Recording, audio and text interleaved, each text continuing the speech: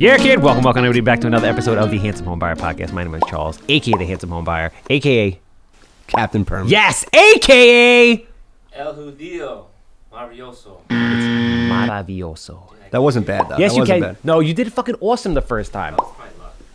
Just do it with me one more time. Maravilloso. Theo, hold on before you do it. Yeah, before you do it, like get a little loose.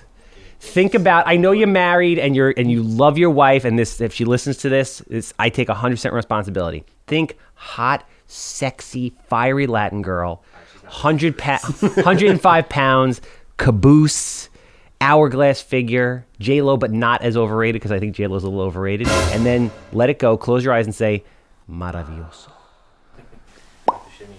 Yeah. You don't have to. Just we'll look away.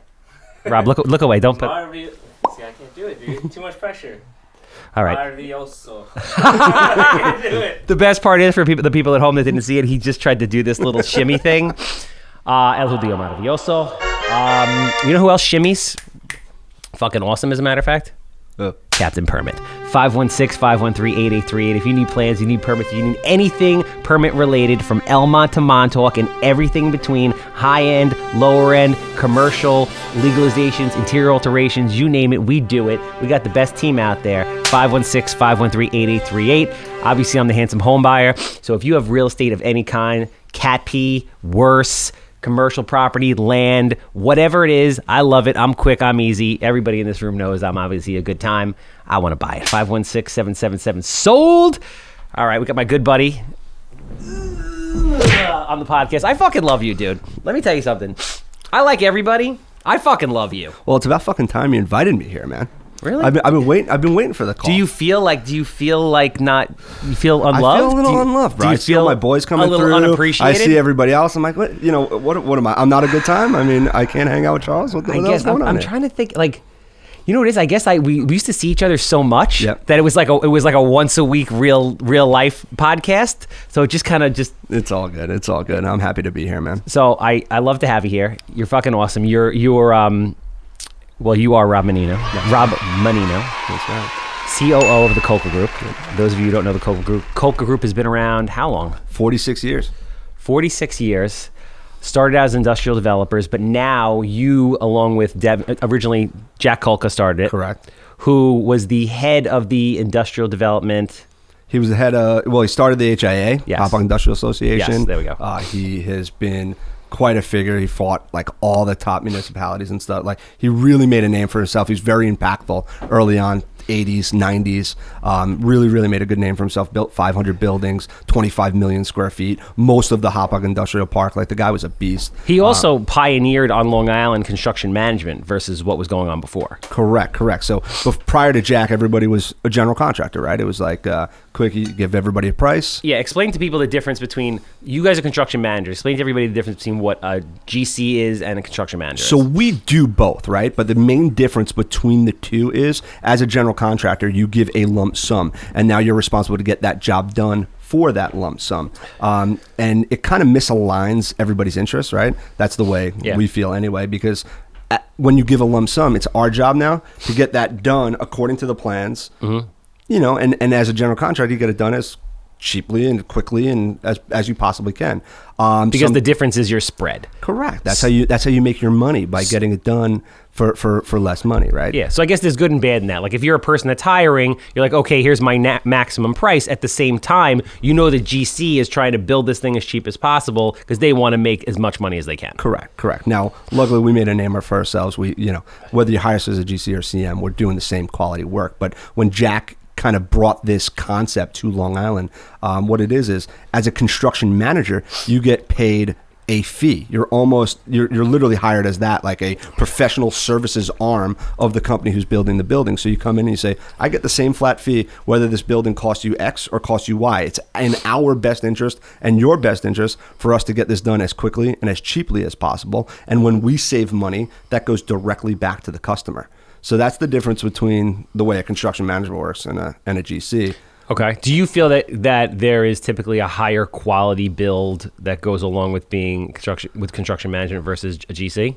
I think that the interests are more aligned. I don't think that it's a higher quality build per se, but if you can get a job done the same quality job for less money, that savings goes directly back to the person who's cutting the checks. I do think that there's probably a lot more of making the contractors go that extra mile in a construction management position, because we could say, listen, I don't care what it cost you. I don't care what the deal is. Like, you got to get that done. You're contractually obligated. Whereas if it's a very expensive line item, a GC might go back and say, we need this in a change order. We need this in, we need more money to do it. We need that, whatever. Yeah. As a CM, we hold those subs responsible, to a higher level.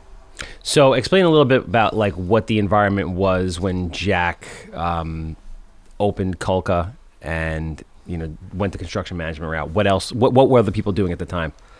So I mean, typically people were coming in. They were making 15, 20, 30% margins on these projects, and Jack comes in and says, listen, the other thing that's huge in the entire process is, as a construction manager, your risk is lowered, right? So we're ultimately advising the customer on the best route to go, the best people to hire, so we have a little bit less risk because we're not hiring those contractors directly. Okay. So because of that, we do it on a lot smaller margins. We don't have to assume hey, listen, all the unexpected. I mean, just as well as anybody, when you're building shit, so many things happen. That's just the reality of it, right? So we don't have to assume that risk. So that's going on the customer as well. So we do it for a lot less margins. So when Jack came in and he introduced this concept, I mean, he just got his first, 6 months, he had 5 massive jobs right out of the gate, and then it just kept rolling from there. I mean, he started building 20, 30 buildings a year using this concept, because people were just kind of flooding towards him, because he was getting really high quality and an affordable price, and people were just flooding. I mean, it really took off very fast. So I guess speaking of taking off, so you guys now, Devin has since taken over, you're the COO, and you guys are ushering Kulka into the the next phase of its development, literally and figuratively. Yeah.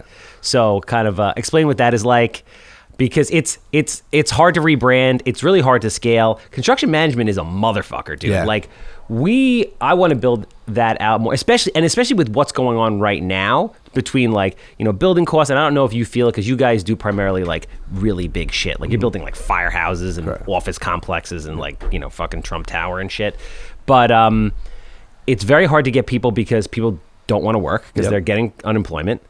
And so subcontractors don't have enough people. Material prices are through the roof, which I guess is another benefit. If you're a GC and you give are there STIPs written into agreements for GCs that if material goes from $3 a 2x4 to $6 a 2x4, the customer eats that? No. No, typically it all depends on the contract, right? But typically that would fall on the GC. If you're in the middle of a project and pricing goes up, that's on you. That's on you.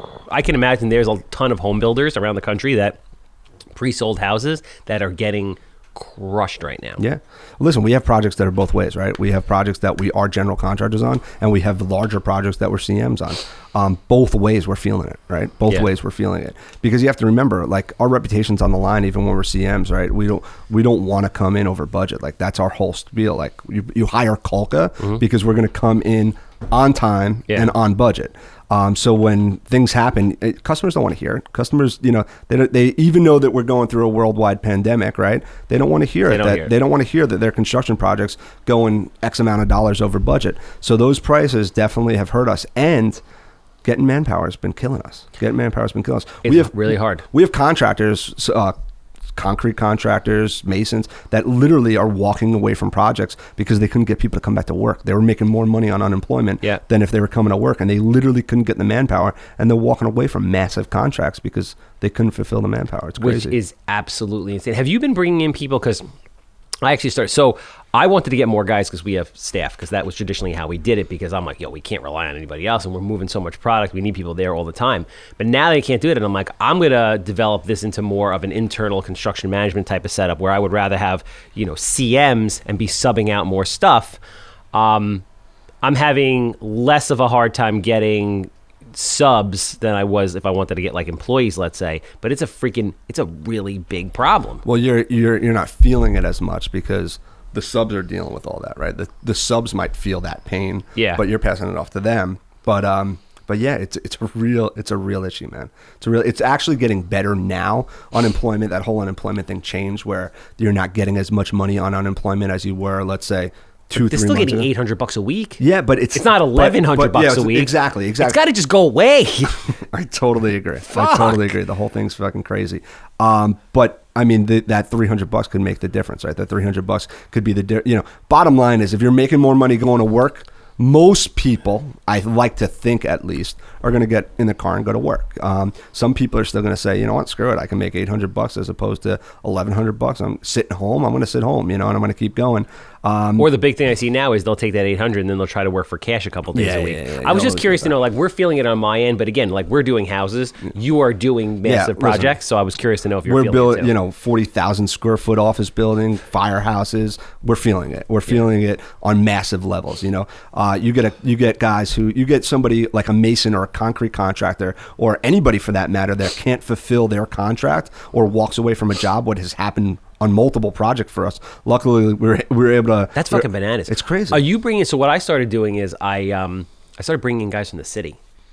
Okay. Like when I say the city, I mean like the boroughs. Yeah. Because they're not working. Yeah, exactly. So I got this new demo guy. He's freaking great. He's like, I'll come out, no problem. And I asked him, like, you have other people? He's like, I don't want to recommend anybody, but I'm going to hit up all my buddies that invest in the city. And I'm going to say, yo, who does your sheetrock? Who does your paint? Who does this? Who does your electric? Who does your plumbing? Whatever. I'm going to call all of them and I'm going to build a team. So the way that I would imagine it, right, is a lot of times you get guys that they own the company, but they could also roll up their sleeves, come on the job site, swing a hammer, run electric, do whatever, because maybe they're smaller crews, right? So you get a lot of that. That's better. For us, it doesn't matter. You're coming from the city, you're coming from Jersey, you're coming from Long Island. I mean, we have subs that come from all over the place and do work all over the place. They rely on their employees, right? And if those employees don't want to come to work, there's a problem no matter where you are. I don't care where you're. That's true. I don't care where your office is. If you can't get people to come to work. I was just thinking, like, since construction in the boroughs is down so much, that I mean, you had these people that had massive crews, and even if they lost 30% of their crew because they don't feel like coming to work, they still have a robust staff of people that are ready to go. Yeah, I mean, a lot of our guys execute on Long Island and in the city. A lot of our subs, so maybe some of those guys are bringing some of their city staff back to Long Island, and that's how they're able to do it. Listen, the majority of our guys are still doing what they're supposed to do, right? Okay. The majority of our guys are still doing what they're supposed to do. But when you hear stories of a guy who, listen, I take sympathy to that business owner, right? He's losing on a $600,000, $800,000, $1 million contract that's feeding his family because his employees, who he probably treated very well, don't come to work. I kind of look at it as a business owner. I look at it in the business owner standpoint, and it's like, this sucks. This guy's losing a massive contract because he can't get people to come to work because they're making too much money on unemployment. That's a problem. Insane. But at the same time, and I haven't heard anybody that does this, supposedly if they don't come back, you can report them. If you're calling them back. And listen, people probably do, right? I don't get that deep into everyone's business, right? People probably do, and some people decide to, some people don't. It's just, in general, it's a problem. It's a problem. It's a huge fucking problem. You know what I mean? And by then, it could be too late. It could be too late. You know what I mean? They lose the contract. If you can't supply manpower, right? In our contracts, we can supplement your workforce in 48 hours, right? We have to give you notice. If I'm at the spot where I need you, right, and you're coming on board, and we try to avoid this at all costs, right? But if you're at the spot where I need you and you're holding up my project and you can't provide manpower, we're going to have to do something to keep that job moving along. Speaking of manpower, did you happen to see my story the other day about when I went to see that house that was printed out of concrete? Oh, bro, I did. That is sick. How fucking sick is that? That is sick. I was going to ask you about that. You want to talk about it an hour later? Yeah, let's do it. I don't care. Oh, no, my boy Sal Payne came. It's just funny. He tells me the story about how he has a crime scene cleanup company, but he buys real estate. He invests in real estate. So one day he was having a problem with the municipality, and they were giving him shit. And he's like, you know what? I'm just going to build a fucking... I'm going to build a robot that's going to build houses, and you can fight with the robot. He leaves there, and he's like, I want to. Who do you know that builds robots? Starts calling over his friends. He's like, I want a robot that picks up a 2x4 and does this and that. And then he's like, no, I don't. Somebody said, no, I don't, but I know these people that have 3D printers. He's like, what the hell is a 3D printer? Shows him the 3D printer. He's like, all right, cool, call him in here. So the guys come in there. He's like, listen, show me how it works. Okay, great. Listen, I need this 50 feet wide by 20 feet, and I need it to spit concrete. And they're like, what? Like, it doesn't exist. Blank check. How much? They come back. They're like, it's going to cost X. Build it. They're like, really? Build it. Today, I was out in Calverton. He built a 1,900 square foot house out of concrete with a 3D printed machine and 2 people. That's fucking crazy. It is going to change the crazy. world. Crazy. It is going to. He called me up. He's like, dude, what do you think I do with this? I'm like, bro, there's so many opportunities for you. I don't even know. Like, there's so much shit you could do with this. I'm like, I feel like you almost licensed the technology because there's so much you could do with it. You could never even touch it all. I have so many questions. So when I saw it, right? I saw it on your story. I started thinking. I'm surprised you didn't call me. I know. Like, I swear to God, at the that? exact moment, I was like, "What the hell is this?" Sick. So I started thinking about it, and like, I was thinking about finishes, and I was thinking about, electric utility. Like, how does it all like? How does it work? Yeah. So basically, what happens is, you put an AutoCAD file in there, and it just does it. Like it does it on its own. So what it's doing is when it prints the walls, it's kind of a circle that's hollow, and then it kind of zigzags to fill in. So there's voids. In the voids, you can run electric, plumbing. You spray foam into it, right? It also has this the structure, instead of having like rebar, it has this like fiberglass composite mix that's in it, which is stronger than that. It's fucking nuts.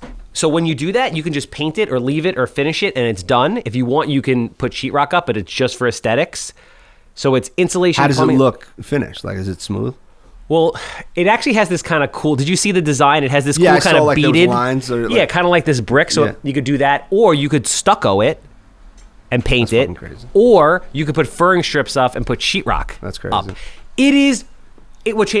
So it's actually carbon negative. So it's carbon neutral the way it is, but they're making it carbon negative because what they're doing is they're going to pull the carbon out of the air at concrete plants, and then they're going to infuse it into the concrete that they're printing, Obviously. which is going to actually strengthen the concrete. That's crazy. So he can build up to 14 feet high right now. The second gen that they're working on now is going to be able to climb itself. How do they move it after it's printed? They just fucking fold it up and put it on a truck. Those concrete walls, though. Oh, whoa. No. What do you mean? What? What do you mean? They print the freaking house. They go to the land. They go to wherever it is. Like, you live at 123 Main Street. There's no house there. They bring the rig there. They set it up. It prints your fucking house and leaves. Huh? My mind's too simple for this. Bro. Explain this. What do you mean it prints your house? Explain it to me. Have you ever seen? Yeah, you never. I've seen it on the small. Oh no! It doesn't print walls. It prints the whole freaking house. Holy shit. Have you seen a 3D printer work? Yeah, on a very small scale. Okay, so imagine it's printing like a little gingerbread house, right? Yeah. Imagine it just prints your fucking house. Holy shit. Like, they set the rig up. Two guys set the rig up. A guy sits there, puts it in. Another guy makes sure the concrete mix is going in. And it sits there and prints your freaking house. They fold it up, put it on a truck, and leave. That's crazy. It's the nuttiest thing you've ever seen. That's crazy. So the second gen climbs itself to print on top of itself, so it can do like superstructures in the city. It starts, prints the first thing, climbs itself, prints the second level, climbs freaking 200 stories. It'll climb itself. That's nuts. The third generation does infrastructure. So it'll lay down roads, build bridges, all kinds of shit. It could just crank out cesspool rings or sewer rings, anything that's concrete. It just sits there 24 hours a day, doesn't get health benefits, doesn't give a shit. So everybody out there that's not fucking working because you want to sit home on your lazy ass, That's what's coming. Don't be pissed off when the robot comes and takes your job. Yeah, it's true. It's true. It's bad enough with all the industrialized construction where they're doing it like prefab, right? Where you can literally build these things in warehouses. Now it's not. They don't even need the warehouses. So here's the crazy. best part. Like on a house, you're looking at about a 50 to 60% cost savings on the house because of this. It's crazy. The house right now, it'll print a house in 40 man hours. They're looking to get it down to 20. How many have they done? Print hours. How many have they done? So that was because the building departments don't know what the fuck this thing is. So they built that prototype so town of Brookhaven and town of Riverhead could come in and inspect it. No plumbing, just structural. Town of Riverhead just gave them the green light and a piece of land. They're going to build a house in Riverhead, soup to nuts, the whole nine, and they're going to give it away. And someone's going to live in it. How long does it take to build a house? Yeah.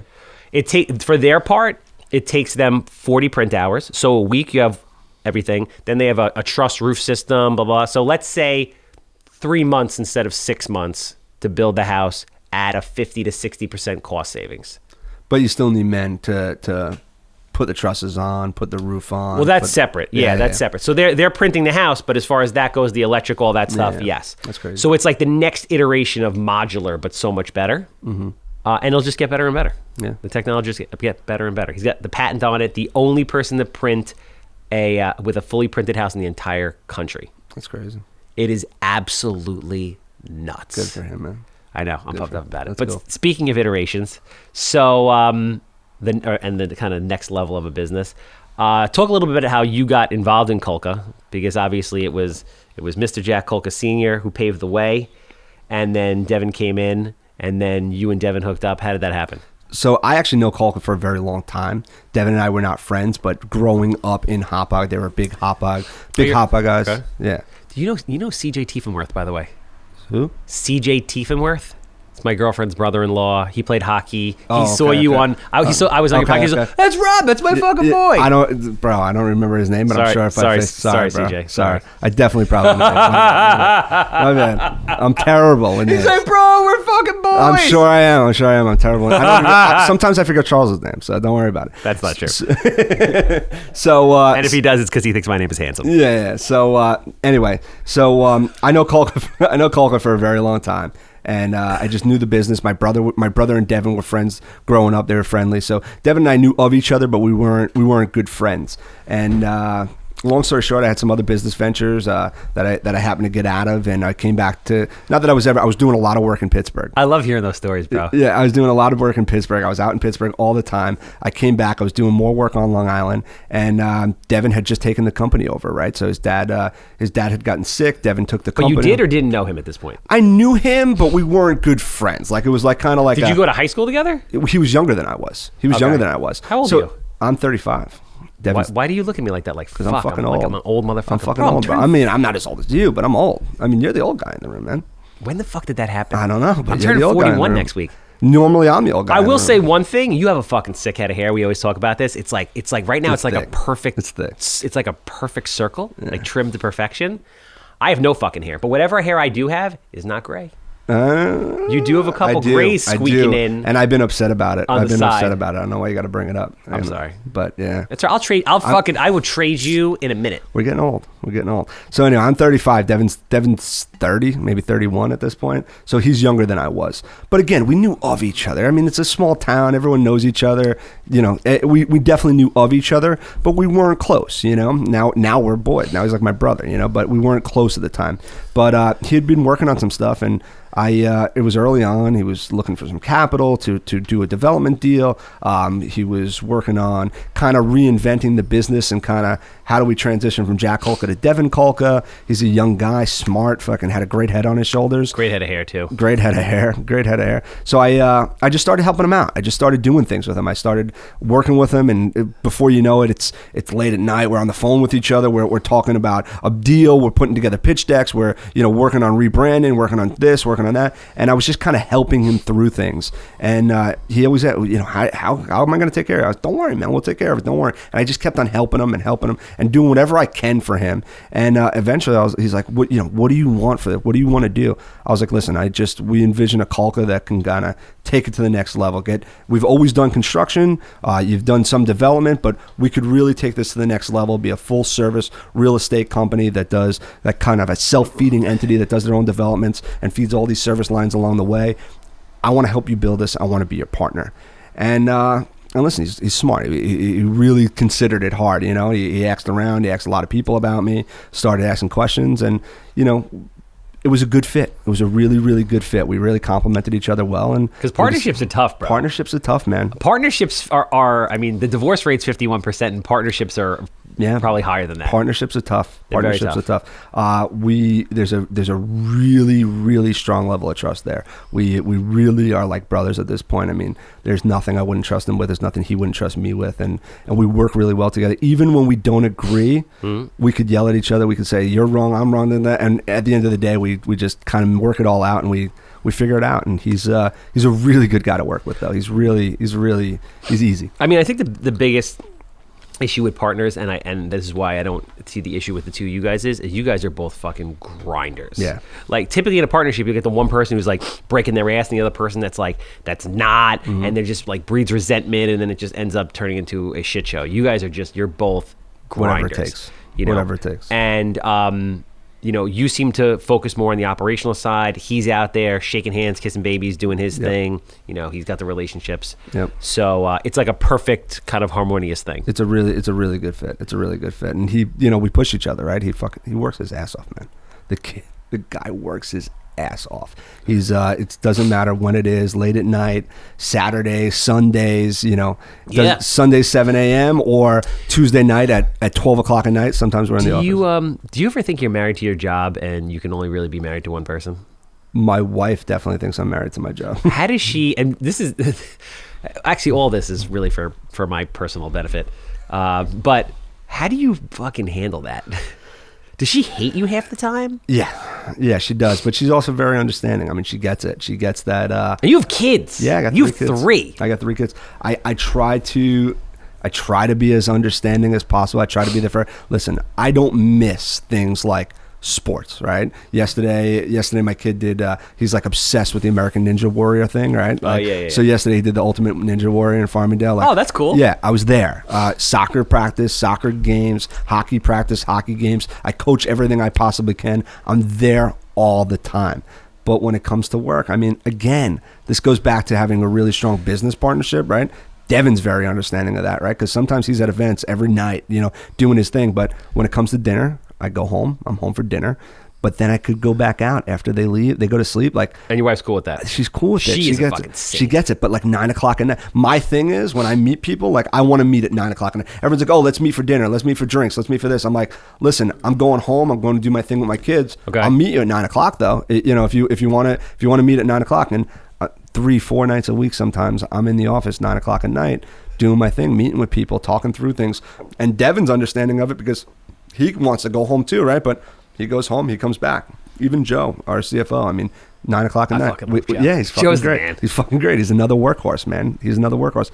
And we come back and we do our thing, and we're there from 9. We say we want to get out of there by 11, 11:30, 12 o'clock, but sometimes 1, 2 o'clock in the morning, we're still in the office, and it happens all the time. How vital is having quality talent in your business? And what are kind of some of the hurdles that you've had trying to get them, and what are some of the creative ways that you've come up with to lure in? Because I know you just did a bunch of hires. You guys are expanding. Yep. You're getting into a bunch of different things, which we'll talk about in a minute. Business is all about the people, man. All about the people. Well, you can come up with whatever processes, whatever procedures, whatever vision you want. If you don't have the right people to execute, you're fucked, right? So we're patient. We're patient. We understand it's a marathon, and we don't get we don't get it too overexcited. We really try to find the right people and be patient enough to find those right people. Bro, that what you just said is fucking massive, because it doesn't just, and I think people really need to understand that, because it's not just about being patient to find the right employees. Patience is everything in business. Totally. It is a marathon. Adam Holzer was in there yesterday. He's like, bro, you should be doing this and doing that. I'm like, dude, I'm only doing this for 5.5 years. Do you see what we're fucking doing here? Yeah. It's you can't just do everything at once. It's it's a process. You're learning from shit. You need to make money to invest it back in the business. It takes time. Mm-hmm. And we have massive visions, right? And we know where we want to go. We know where we want to head. I have the whole blueprint. We literally spend time architecting our entire business plan and where we're heading and what we're doing. And we always know 5 steps from now what we're doing, but we don't get too eager to make that next step. We got to find the right people. The entire business is reliant on the right people. So we do whatever we can to try to build a good culture, try to build an atmosphere that kind of could help people thrive, help people make money. That's the name of the game, right? You can't be too greedy. You got to put your people in the place to make money, but you got to find the right talent. Greed ultimately kills everything. Yeah. That is the one thing I've learned that I've seen from people in the past. And you can't scale too fast, because a lot of times scaling too fast puts people out of business also. So you have to make sure that you have your core business. The core business is functioning well. It can function somewhat independently, and then you go to the next thing and consistently build it out. Otherwise, you just do 5 or 6 different things, mediocre, and it's a shit show, and you're not making any money doing any of them. And you can't. So it's a fine line of, I like to plan. I like to understand where I'm heading, and I'm a visionary in the way that I know where I want to be 5 years, 10 years. I just know, I see it. I can envision where I want to head and what I want to do. But it's important to plan, but it's also important not to be paralyzed, right? So you want to take the next steps. You want to take the proper steps forward. But my thing is I don't want to take 2 steps forward to realize I made the wrong 2 steps. Yeah. And now you have to be set back. So it's a fine line of balancing, making the proper steps forward, taking the time out to plan and execute, but also not kind of get paralyzed with perfection. Like a lot of guys I see, paralysis by analysis. Yeah, because it's never perfect, bro. Yeah, ever. yeah. Talk to people about how important the visualization aspect is to be successful. I mean, listen, I'm people will tell you I'm a visionary in the way that like I dream big, like I see big things. You got to see the fine details. You got to see how you're going to get there. But I think that it is massive to think outside the box. I think it's really important to get creative in the way that you want to do things that other people aren't doing to set yourself apart. I think that, I don't know, I feel like in my case, like I didn't go to college, right? I don't come from some family that has a massive real estate background, but I've always been able to think outside the box, always been able to kind of take this and say, yeah, but wait a minute. What if you just do it like this and kind of tweak this model, tweak this business, tweak the way that you approach something in a way that makes a lot of sense and you can kind of head in a direction that sets yourself apart. I think it's important to dream big, man. I think it's really important. I think sometimes people hold themselves short, and they're really, I see more people get in the way of themselves by thinking too small, and there's so much opportunity out there. You just got to be able to visualize it and kind of put the pieces together and plan. I mean, I'm a dreamer, man. I think big. Bro, I just got a little, I mean, you're not my type, but because you're not Latin, but I just got a little tingle that shot down. I'm happy about that. leg. I'm happy about that. I'm happy I can move you that way. It wasn't a big move because I'm Jewish. We don't have a little something. That's all it takes. But so speaking of that and dreaming big, talk about the next iteration of Kulka. You know, we know what you guys began at, and now it's the evolution of where you guys are going. Yeah, so we spent again, we're patient, right? So we spent the last couple of years of working together, really building a foundation to take Kulka from the 46-year-old construction company that we've been, and with a mix of development. We've done a lot of development too, but really concentrate more in the future on the development side. The vision is that we have a machine that we've built, we've architected with that's driven really. It's driven by technology, right? Every step of the way, we've implemented pieces of technology that communicate together, and it's a really, really cool thing that we've built in the way that we could take a property from, hey, this is a good opportunity, and we could underwrite it in ways that go in steps, right? So we have analysts that could look at a job, plug it into tools, decide, yeah, this makes sense. Get it up to the next senior underwriters, and they could dive in deeper, really put together a program of a building, move it all the way through to development, to capitalizing the project, development, construction, leasing the property, and ultimately managing it. We want to be the full service, the gamut all the way through, where we could take a property from concept all the way through to completion and then manage that building long term. And it's a lot of work, man. It's a lot of work just visualizing that. It's even more important to put the pieces in place, and we have, and we're starting to build on the machine that we've built, and it's really exciting. But it's a lot of fucking work. A lot of fucking work. It's a lot of work, and anybody that thinks it's not, everybody steps into any business, right? Even what you've built here, and they're like, oh, look, he puts out a couple videos on social media, and like, well, how hard is that? Like, I could find, I can get a camera, and anything you do is a lot of work. If it wasn't a lot of work, everyone would do it, right? It's a lot of work. It's a lot of work. It's a lot of countless hours, a lot of late nights in the office, a lot of whiteboards and planning and phone calls and discovery and more planning. It's a lot of fucking work. But why do you do it? I love it, man. I fucking love it. I fucking love it. I can't even imagine not doing it since I'm a kid, man. It's just been, I've had like this entrepreneurial blood that like I can't kick. It's just it's in me. It is what it is. When I was 14, 15 years old. My dad was an entrepreneur, right? He's this scrapper, this hustler, always was able to put food on the table no matter what. And that kind of got in me, and that was instilled in me. What kind of business was he in? He was. I had the same kind of upbringing. Yeah, he did telecom, and he got into IT, and he's done some other things and helped me early on invest in real estate. But like there was just a lot of things that he did that it was just that mindset, like the that mentality. That's what you grew up like watching. Doesn't matter what he did. Well, you have right? the DNA. It doesn't matter what he did. The what I got from him was the mentality. Yeah. The idea, the ability to look at a situation and read between the lines, right? Yeah. Like it was just, I could do deals. I don't know how else to explain it. Like it was just like that thing where I was able to walk into a room with people that were business people and understand and read between the lines and get a deal that works well for everybody and kind of marry it together and get it to the next level and visualize the next step. But when I was like 14, 15 years old, my dad taught me how to run a business. And it's really a cool story. I try to tell everybody. He actually told me, I said, I want a job. I want this. How can I make money? Blah, blah, blah. And he talked me into buying candy machines, right? And vending machines? Vending machines. Nice. Put a quarter in, turn the wheel, get a handful of M&Ms, right? And he brought me into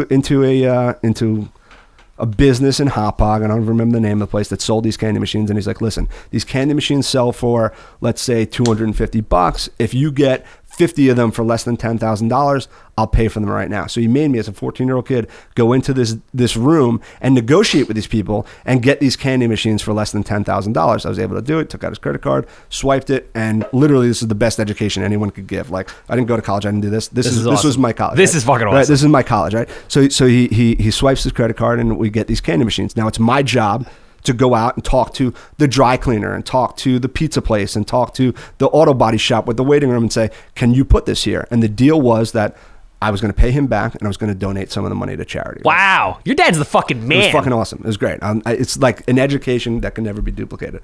So, but it gets even better, right? So I do this and I go around and whatever. We place all these candy machines, and then he actually made me keep by hand spreadsheets of vending machine 1, vending machine 2, vending machine 50, right? All the way through.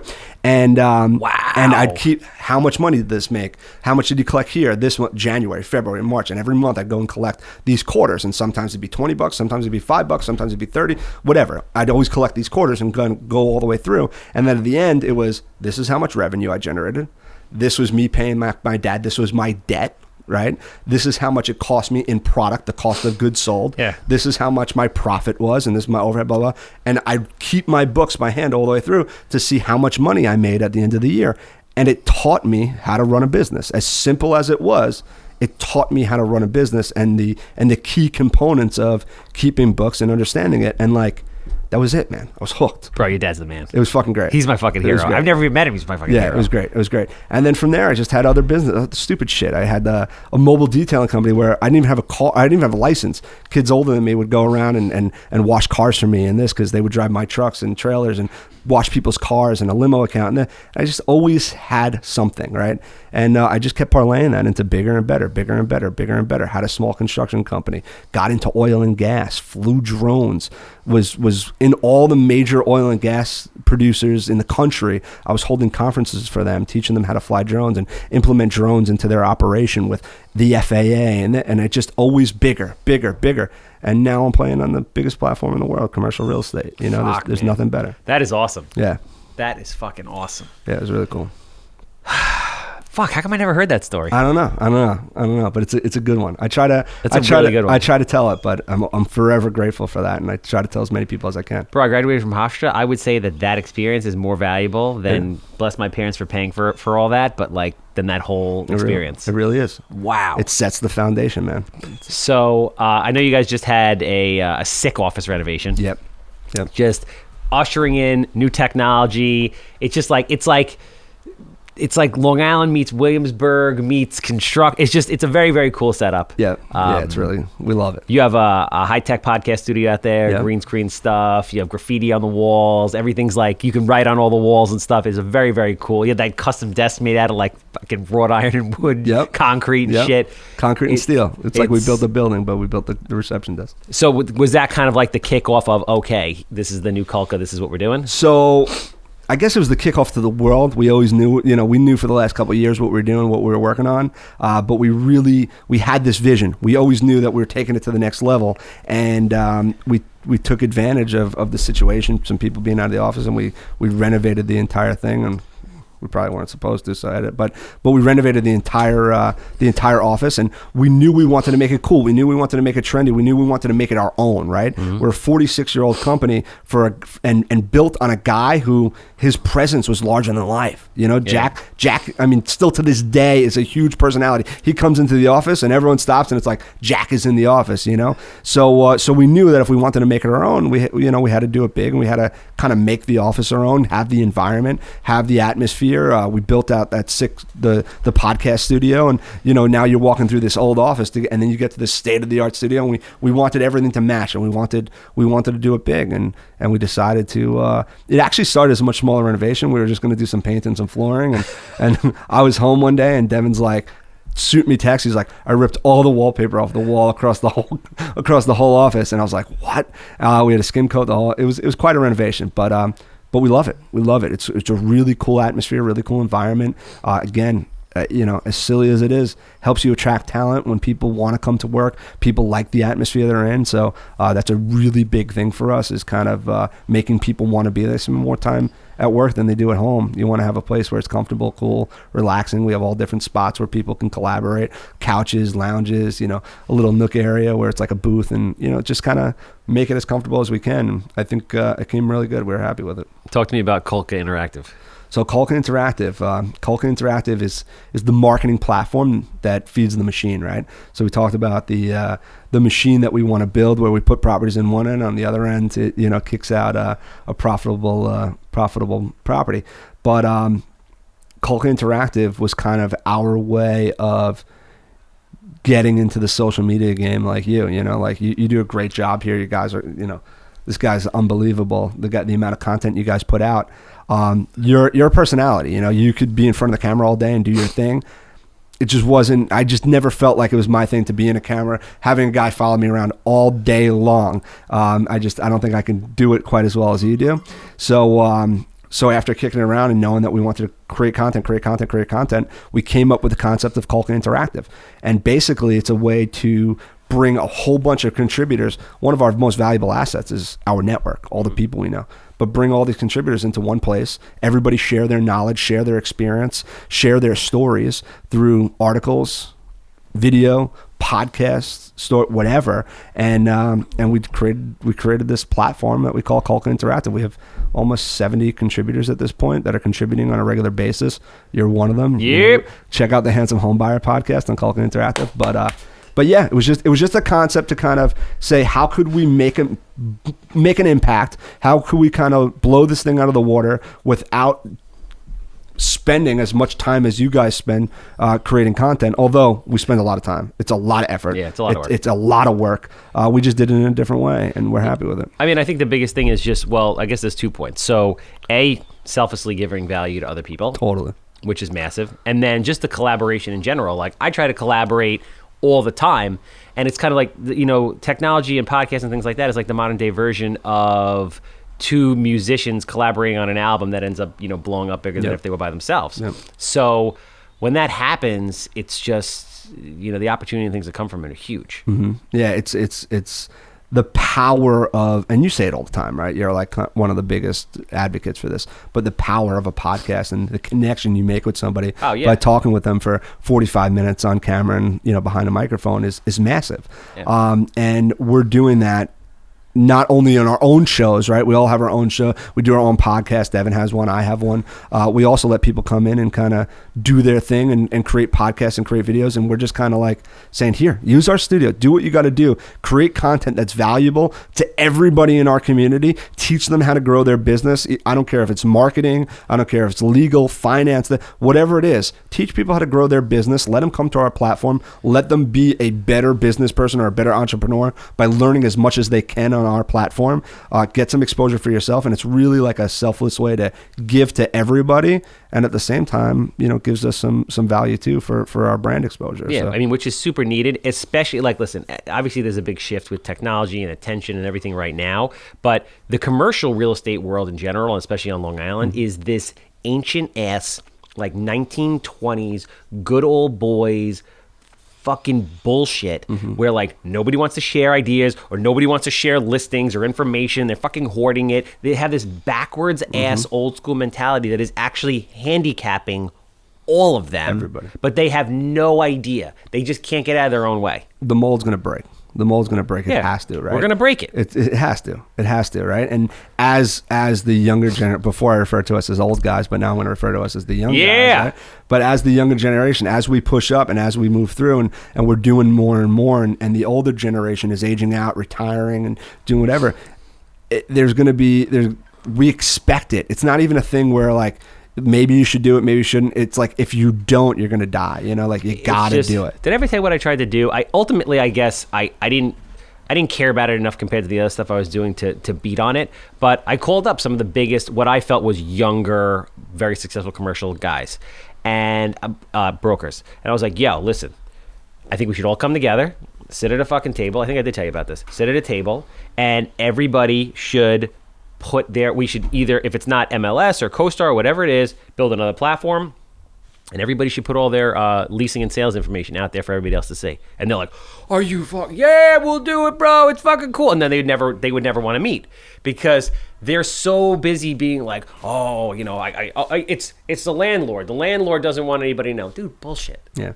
Listen, if Northwell Health is in a building that they spent $400,000 renovating, they're not going to go move all their shit for $2 a square foot cheaper. Yep. They're not. But you know what's going to do? If I know, as a developer or as the community, if I know that this thing rented for $32 a square foot and there was, a $5 a square foot, TI allowance, I'm going to be like, oh, I feel comfortable building something up the road. But instead, since there's no data, nobody does, and it's a shit show. And all they do is they have less space to fucking lease, they have less space, they have less places to sell, and companies don't have, great spaces to go into. The people, I don't know. I have this conversation all the time. We have this conversation all the time. Fucking retarded, these guys. People don't understand the power in collaborating. Everybody gets weird. So whenever you list a property on LoopNet, right? CoStar calls you after and says, oh, did you lease it? How much did you lease it for? And so many guys are just like, oh, I can't tell you. I'm not telling you. Yeah. You know what they do when we... You might grab me a tissue? A napkin? Thanks. When we lease a space in our building, you know what we do? When CoStar calls, they say, I rented it for $14, $15 a square foot. Yeah. This is the lease. This is how long term. This is the TI. What else do you need, right? Put it on there because I want my neighbors to be able to do better. I want the market to be able to do better. Yeah, it's good for the ecosystem. And I don't understand what people get out of hoarding information. It's just that whole traditional mentality of I have to keep everything close to the vest, keep a low profile, all that stuff. Because if I give it away, I'll lose it to my competition, which is not going to happen. And what I told these guys, I said, listen, you're not going to see results from this for you'll start to feel it immediately, yeah, but real results for 3 years or so, because that's how long it takes to really pump up the ecosystem. But nobody was into it. And ultimately, I had so much other shit to do that just made more sense to me. It's not worth your time to go try to convince people to help. Yeah. But ultimately, that's where this is going to go. And at the end, they're going to be like, told you guys, this is what you should have been doing. Yeah. No, I totally agree with the mentality of just kind of collaborating. And I come from the mindset of, if you call me to ask me something and I don't tell you how to do it, now you're going to hate me and go figure it out somewhere else. Yeah. I mean, you're going to figure it out. You want to know something, you go and Google it, you're going to figure it out in a half hour. It's the fucking information age, for the love of God. If I could help you through that and put good into the world, great. It'll come back to me, I don't know. You're the funnest. And if anybody questioned at the beginning of this podcast why I love this guy so much, you now know if you're at this point in the podcast. You're the fucking man. Thank you. I love you even more than I did when you walked in here. I appreciate it. If people are, they want to find you, they want to see what you guys are doing, they want to talk about collaborating in any way, shape, or form, whether that's building, Kulka Interactive, putting out good content, how do they find you? Go to the Kulka Group on LinkedIn, Facebook, Instagram. Also check us out on Kulka Interactive. Same thing, LinkedIn, Facebook, Instagram. Go to thekulkagroup.com, kulkainteractive.com for our media platform, and reach out anytime. Anything you ever need, I'm here. We're always willing to help. Rob is a wealth of information. He also has 3 sons, and he's a one-shot, one-kill kind of guy. So if you want to have boys and you need to know the secret, you call this guy. Construction, baby making, whatever it is, he's got you covered. Obviously, I'm the Handsome Home Buyer. So if you have a house that smells like cat pee or a piece of property that you want to sell, I got you covered. 516-777-SOLD. And obviously, if you have permit issues, the captain's always got you covered. 516-513-8838. That's a wrap. All right, man.